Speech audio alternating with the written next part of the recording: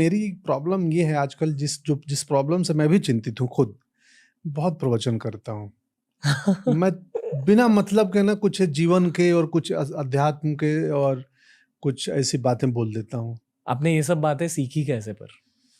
हाँ, क्योंकि बोलते हैं तो कहीं ना कहीं से आई होंगी, अंदर स्टोर होगा।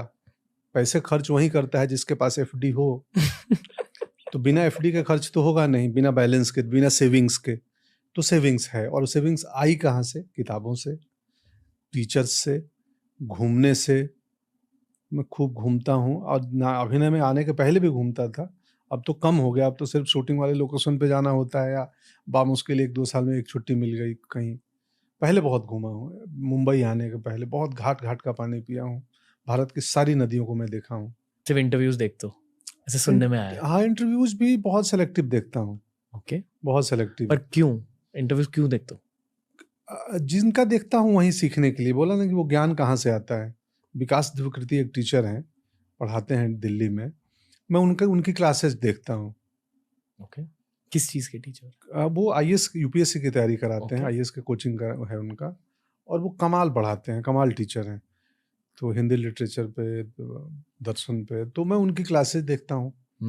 बहुत कुछ सीखने को मिलता है मुझे। तो और आपके एक्टिंग के लिए आप ये सारी चीजें सीख रहे हो? नहीं, एक्टिंग के लिए यही देखता हूँ विकास जी को भी। हाँ, वो चूंकि मैं उनसे सीख के बतौर इंसान अब बहुत मिला जुला रूप है। मतलब आप दर्शन, साइकोलॉजी, दर्शन को अंग्रेजी में क्या बोलते हैं, फिलॉसफी। तो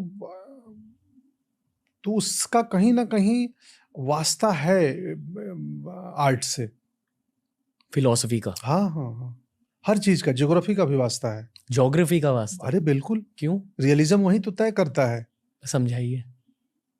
यूरोप का आदमी कोल्ड कंट्री धीरे बोलेगा, हाथ अपने दोनों कोट में और जेब में डाल के रखेगा क्योंकि कोल्ड है, या दस्ताने पहने हैं। कोल्ड कंट्री का व्यक्ति है।